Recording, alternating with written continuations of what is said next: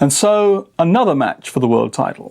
Kasparov's readiness to ascend the chess throne had been a matter of heated debate on the eve of his first match with Karpov in 1984. Action lovers said he couldn't be stopped. Pragmatists couldn't see Karpov losing. After Garry's disastrous start, there was little doubt that a fully motivated Karpov was in fact king. After the bizarre marathon that ensued, and Karpov's eventual collapse, there were again few doubters left. Anyone who could survive what Kasparov had survived had to become world champion in a roughly even fight. Karpov's staunch supporters argued that the new and improved Kasparov had only Karpov to thank for his strength. He'd been given months of lessons. Kasparov killed this taunt dead when he started the 1985 match by knocking Karpov into the second row of seats and very nearly going 2-0 up in the next game.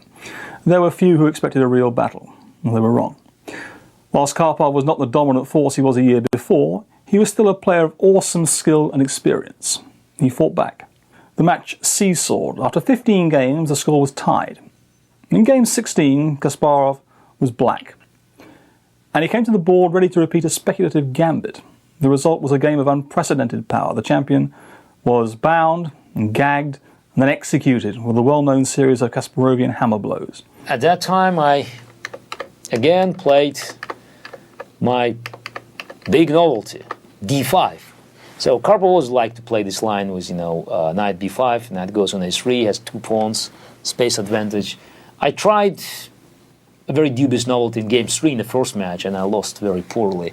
So I don't think that black should worry too much after playing bishop e7 and a castle, and this is having, just hedgehog structure.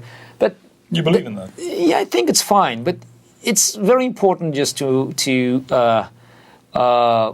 anticipate your opponent's preferences, because I would play it with somebody else, but Karpov loved these positions with white. Psychology. Yes, it's I would call it the chess psychology, because if you have a choice, you would rather play something different that your opponent dislikes or does not understand as well as something else.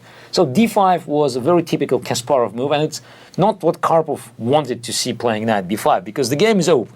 So it's I want to talk about these hedgehog positions. I mean, you talk about the Roxy bind, these 2 pawns, c4, e4. Again, the evolution of chess thinking. If you go back to the 30s, no, and even in the 60s, it was very much feared. Yeah, but in 75... Who caused the change? Lubojevic, Anderson? Anderson. I guess it's Portish-Anderson game in Milan 75.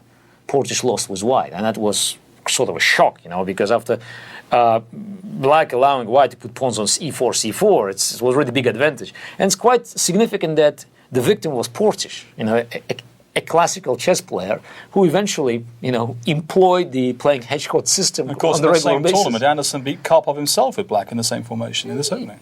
Yeah. So, but I guess, and Portish-Anderson was, was a key game, because it was a hedgehog in pure form, and Portish lost. I could play, just the normal positional game, but I wanted something new, and d5 was a move that I invented. I didn't know that it was played by a Hungarian player, 20 years ago. Yeah. At that time, we didn't have databases with 1.5 million games. He said he thought about the move on the tram on the way to the tournament hall. Setting up on the tram. Your preparation was a little bit more diligent than that. You're right, yes. I was thinking about this move in the airplane. It's a bit more sophisticated transportation. Are you serious? The first time I was flying Baku-Moscow on the plane, and I just got an idea. I looked at my... This is evolution, from tram to airplane. Yes. My pocket chess, and I saw Nikita, and I said, I've got an idea. He looked and says, so don't even show it to me. Nikitsin says, d5. So, and then we looked again. I mean, that's a position, and because bishop c4 was a natural move. Maybe my son will find another novelty on a spacecraft. Maybe. And after b5 castle, that's something that black should avoid, because you cannot take on c4 because the rook e1 check. And that's what Karpov played in game 12 when he first had to struggle against d5. Bishop g4. Yeah, bishop g4. That's a key move, because now suddenly, by making this stupid move attacking the queen, we distract white's pieces and discoordinate it. Because if white plays f3, then bishop f5, and then castle, and that's the position I wanted to reach. So with dominant pieces, knight on b4 and bishop on a5, very important. We cut knight from a3. We're preparing b5, and also we are ready to go on d3. So the extra pawn is absolutely relevant in this position, because white pieces are very poorly coordinated. Whereas were you in any way influenced by the gambit which goes after d4, knight f6, c4, c5, knight f3, take, knight takes e5, knight b5, d5? I played it regularly. Yes, were you influenced by that when you played this? Yeah, it's this a similar concept. Obviously, the fact that I played this gambit quite a few times it made easier for me to accept this concept. Also, I was not afraid, as you know, to play without the pawn. So for me, pawn was, a trading material. So if I win something in exchange, like a time or quality, I could sacrifice a pawn. It was not something sacred. So when I prepared for the match, obviously, bishop c4 was my, first choice. But also, I looked at bishop e2. I mean, I realized that bishop e2 could be a potential refutation, because normally in many gambits, after winning the pawn, one side could consider to give up the pawn, give it back, and just to win some extra time. Yep. Because if you are trying to recapture the pawn, you're losing time, your pieces are losing coordination. So bishop e2 was quite natural, and I had no doubt that in game 2, if I continue playing this gambit, Karpov would go for bishop e2, because it doesn't take long for you to understand that if I take on d5, white is clearly better. Not a big deal, but clearly better. I think that there were a couple of draws made by black afterwards in the 90s, and it's proven that white's advantage is not decisive to not only to win, but to have a serious advantage. Oh, the English master Clark pointed out to me that white has played knight f3 to d4 to b5 to a3, so why not gambit with d5? Yeah, so probably, knight b d5, enough for a draw. But at that time, I had a very ambitious plans, and it's amazing that I had a long preparation. That was one of the longest successful preparations in my life. And I blundered something at move 1, which happens very often. When you look too deep, you miss something on the surface. That's what Larson says. Yeah, so I played bishop c5. And Karpov was a bit surprised. But he didn't see the big difference. So it took about a minute from him to castle. So, okay, I was lucky. Karpov didn't see move bishop e3. So well, after he saw it 6 months later. No, but it's. I guess the move was already discussed during the game, because Josef Dorfman told Nikitin, and my seconds discussed it immediately after the game. They didn't tell me until the end of the game 17, but according to Dorfman, he saw it when the game was on the board, and he nearly got a heart attack. And then Karpov played castle, and he got relaxed. So bishop e3 is a refutation. Karpov himself played it against Van der Wiel. Ironically, he didn't win this game against Van der Wiel. He nearly lost it. So he didn't win this game. But bishop is a clear refutation, because I think the best for black is just to play this position without the pawn. Bishop d7. Van der Wiel played knight d7. Yeah, but it's not easy for white to win. I mean, it's an extra pawn, but if you look at the position, white is clearly better. But two bishops, and enough squares, so it's unpleasant for black, but there's no guarantee. Well, this is that's a by force. That's the move. Bishop d7 was not mentioned. No, just mentioned. No, was played. That's what I know. Oh well, in that case, I start to revise my opinions on the game. If this is the best way, obviously the best. It's not. It's not pleasant, but again, you've got the bishops. But that's at least 50-50 chance that maybe white will not win, because it's. Oh, in that case, the game is rehabilitated. That's what I've been saying for all these years. Nobody listened to. No one's been listening to you. Yeah, but that's a position. That's absolutely the best white can get. Without being facetious, that's quite a big discovery to me. I thought that, I thought black was busted after bishop e3. No, it's not busted. It's unpleasant. But will you bet that Karpov will beat me in this endgame? No. Okay, I didn't see it. I didn't see bishop e3, but that was my instant reaction when I saw bishop e3 that take bishop d7, queen b6. So, because I realized you have to exchange. Bail out. Yes, bail out. So Karpov played castle. It's very rare you could find the position where castle is such a bad mistake. Because after castle, now black is out of danger. So obviously Karpov played bishop e3. He could make a draw playing bishop g5. You say obviously. I was told afterwards that Dorfman said after this move, I think we will see a result today, because white cannot draw after bishop f3. Is that a correct quote? Yes, I think it's after bishop f3. Now, white is not worse after bishop f3, but it's very important that Karpov had to realize the danger very soon, very quickly. It had to take few moves for him to realize the danger, because we analyzed this position very deep, and I had the entire concept in my mind what to do. And I knew that my knight would be in d3, and when it's there, it will be very bad for white. Now, if white misses the crucial moment of the game, then they will be too late. Because, you will see that's how the black piece will eventually dominate the whole board. And that's a concept that I saw. I mean, this is nearly up to move 20, I've got a position in my mind. We didn't analyze it in details. It just mainly, it's in discussion. Because, I don't need a chess board to understand that after knight, bishop on f5, knight on d3, and pawn on b5, black has a great game. So, after bishop f3, I was very, very happy because Karpov missed a chance to play bishop and g5. on playing with Nikita, when the idea originally occurred to you, you were mainly thinking about bishop c4. No, only bishop c4, yeah. Bishop g4. So it took time, Yeah. It was a very slow discovery because it was somewhere in April '85, and only in I guess July, August '85, we had more or less precise idea how to play this gambit. So bishop f3, bishop f5 now. The beginning of the operation. It's the paratroopers are ready to interfere.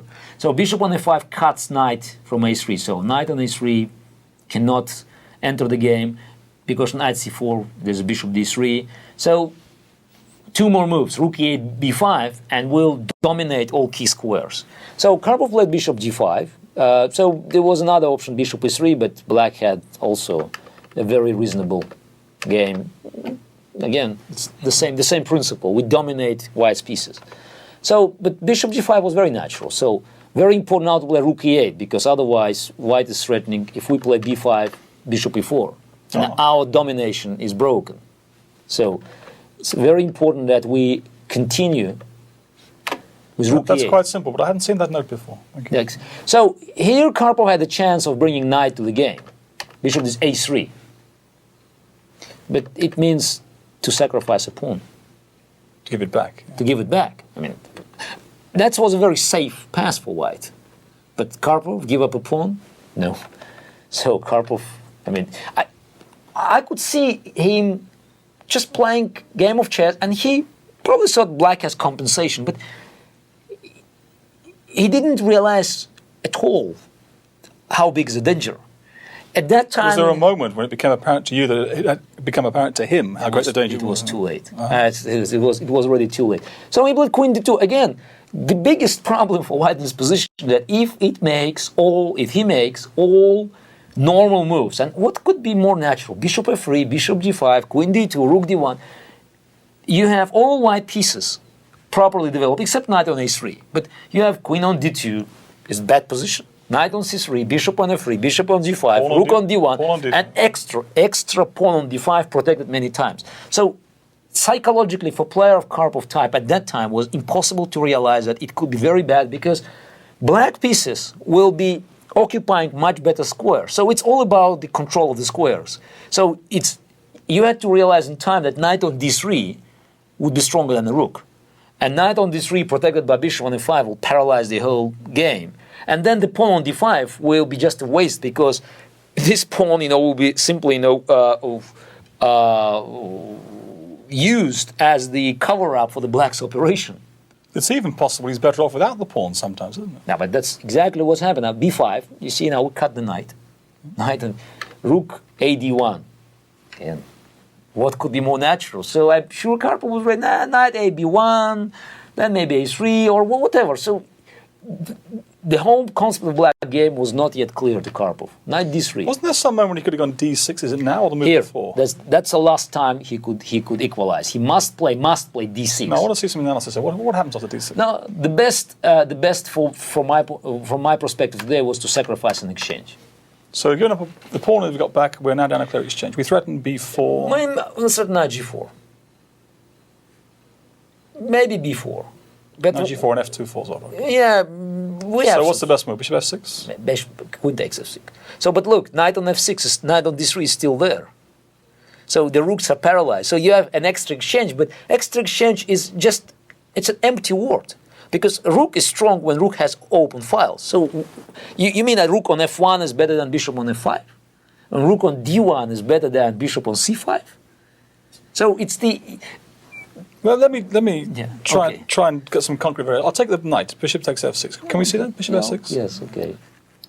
I take. And I'll try and just stay on the board. I'll play knight a3 to b1 and getting rid of your threat of b4. So what are you going to do? If I play b4, now? You can play b4 if you want to. I'll play knight d5. So I play queen. Let's say e5. I'm a clear exchange up. Yeah, but now And how many moves you lost? I mean, I play bishop g6, knight e3. Maybe bishop g6. You can take an f2, can you? No, You're waiting. d8 check. I will You're wait. waiting. So maybe I'll take it now. But again, look at the position. It's hanging. This knight is not playing. Do you like white's position? No, I'm just No, trying, but- just trying to convince no. myself because it seems to me once again that even though I know you're right, But that's very important. You shouldn't. What have I done wrong as white? What have I done wrong? Yeah, you're wrong. Oh, you missed bishop e3, and you develop your pieces on inferior positions because this position is very specific. You cannot just say I play bishop e3, queen d2, rook d1. It's good because rook d1 was not a development. It's a 1/4 of a move. Rook on d1 in this position is nothing because knight on d3 cuts two your rooks from the game. So you didn't develop your pieces. You are behind in development. Fascinating to hear you talking in these abstract terms. No, but why it's Fascinating. the development of the piece means that your piece does something on the board, controls X number of squares, attacks opponent's pieces. What your pieces are doing? What is rook on f1 and rook on d1 are doing? What is queen on d2 doing? How you compare the quality of queen on d2 and queen on d6? So all my remaining pieces are better than yours. So that's why so far, before you could equalize the quality of the pieces, you cannot talk about material advantage. Can white equalize? I don't know. But d6 was definitely the best chance because after d6, white could actually, force black to... I've got to press you. D6, I take with the queen. As Yeah. you say, you play bishop takes rook in the corner. I play rook takes bishop. I How didn't- do I stay on the board with white? I would prefer to play with black at this position, but I'm not sure black has a serious advantage. I think black has a playing initiative because black is very comfortable. I don't think black is in danger of losing. So white should play creatively to avoid some major problems. If you want, I could you have spend two big threats, knight g4 Okay, and d4. we could put it in the computer. I mean, I could spend a little bit more time to analyze it, and then maybe we'll come up with a clear answer to your question. White's strategy was wrong, and d6 was the last chance to avoid a disaster because not playing d6, white definitely got lost.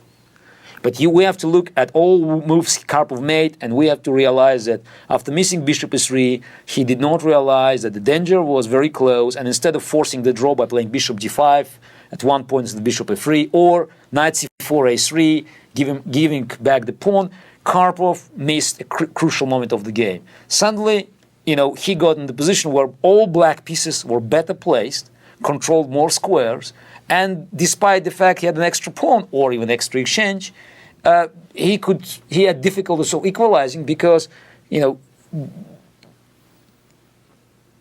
we have been witnessing a very strong, strange and weird form of domination. Yes. And it was everything under protection of It's all about knight one d3. guy, which Raymond Keane described in a phrase.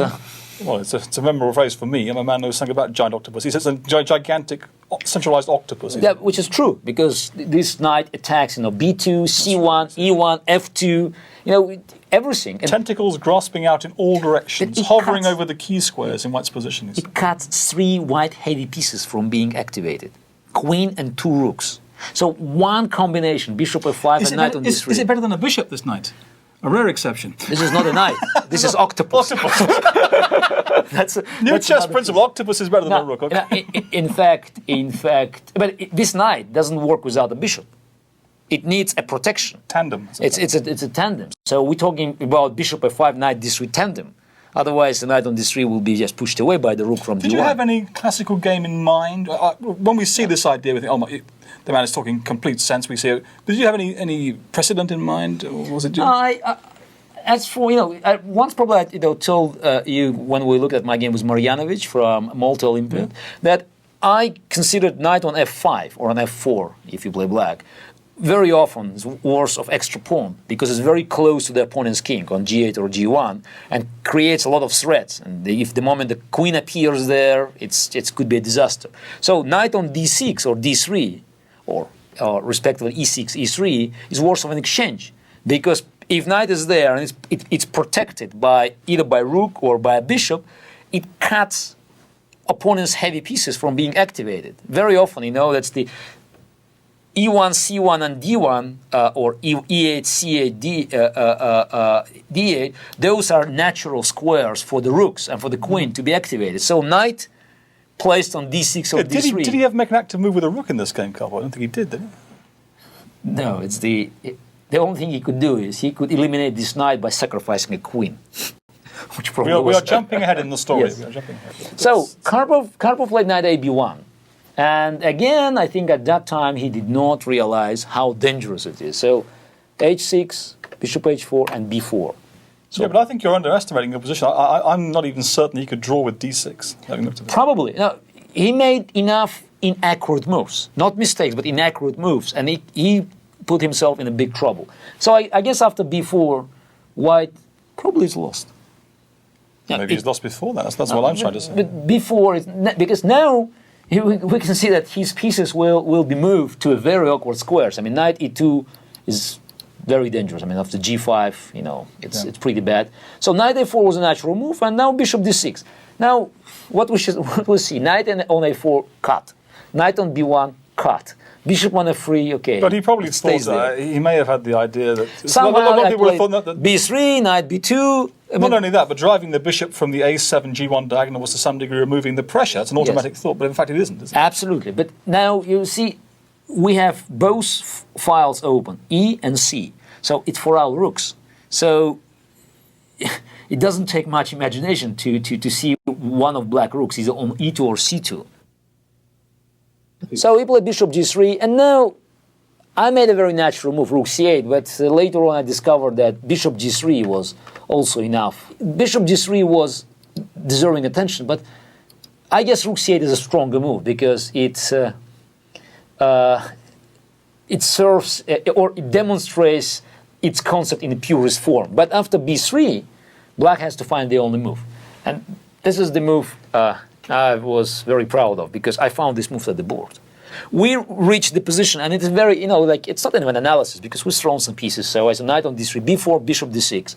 Black has a great position. Yes. So why should I analyze further? He played bishop G3. I decided against bishop G3 and knight takes D5. I thought it was not enough.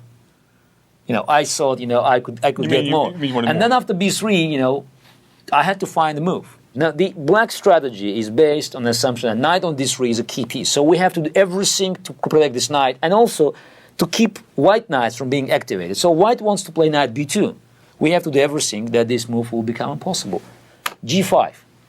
So it's a very simple idea because after knight B2, now we take on B2 and play G4. Win a piece. And bishop E2, rook C2. And that's what I've told you already. Rook is penetrating white's camp on the second rank. So it means that after G5, white cannot push the knight from D3. And it means it has to suffer longer. And also G5, it's a move that adding one extra piece for attacking purposes. So G5, it's, So again, you're telling me this G pawn is a piece. It is a piece. Yeah, potentially it goes G4. So you have to count as a piece. And look at the domination of black pieces. That's every piece is doing something important. Now look at the white pieces. And you will see the difference. Oh, Karpov took on D6, and again, it's the other moves there. You had a big time advantage? Or? Not very substantial, but not very big, because I spent a lot of time on G5. And now Karpov, okay, he played G3, knight D7. There's some fantastic variation here, trapping the queen. What is it? Yeah, yes, I'll show you now. G3, and again, I have to find, a right solution. What Karpov wants to do, he wants to play knight B2 again. Because now he prepares after G4 to play with bishop on G2. Yeah. So how to keep my knight on D3 alive? So I found it, knight D7, and suddenly, after knight B2, black has queen F6, knight D3, if knight takes D3, bishop D3 wins. Knight E5. Ooh! And white queen is trapped. So that's phenomenal domination. Mia, look the at queen is trapped in the center of the board. It's actually happened in the game. The queen went for the knight on D3. Yeah. So that's why What a variation. White cannot play, queen b2, knight b2, and other variations that prove it. So he has to play bishop g2, but then queen f6, and we succeeded. So knight on a4 will not move. Knight on b1 cannot move. Rook on f1 cannot move. What did he do? Rook on d1 cannot move. What did he do? So he made the only move. He played h3, a5, take, and queen a2. What else he could do? So there are no other moves. What was his body language like? Was he looking frightened? Was he looking confused? Or more than confused. I mean, that's not only that. Not only I don't have any good moves. Why don't I have any good moves? What did I do wrong? That's no, but it's I guess at that time he was trying to understand what he did wrong. Yes. Because so am I. He just at move 25, Anatoly Karpov playing white didn't have moves. So the entire position was paralyzed.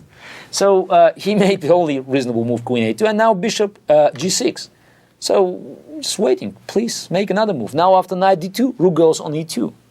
So again, he cannot bring his two knights into the game. So he played d6. What else? What else he could do? So he played d6. He realized this pawn is a waste, and he hoped that after queen d6 he can bring knight on d2, and then rook e2 knight goes on c4. So that's the line I'm talking about. But who needs this pawn on d6? Play g4.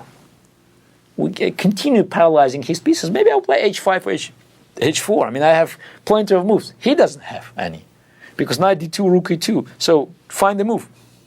Oh, so Karpov played queen d2, played back. Okay, king g7. We have time. f3.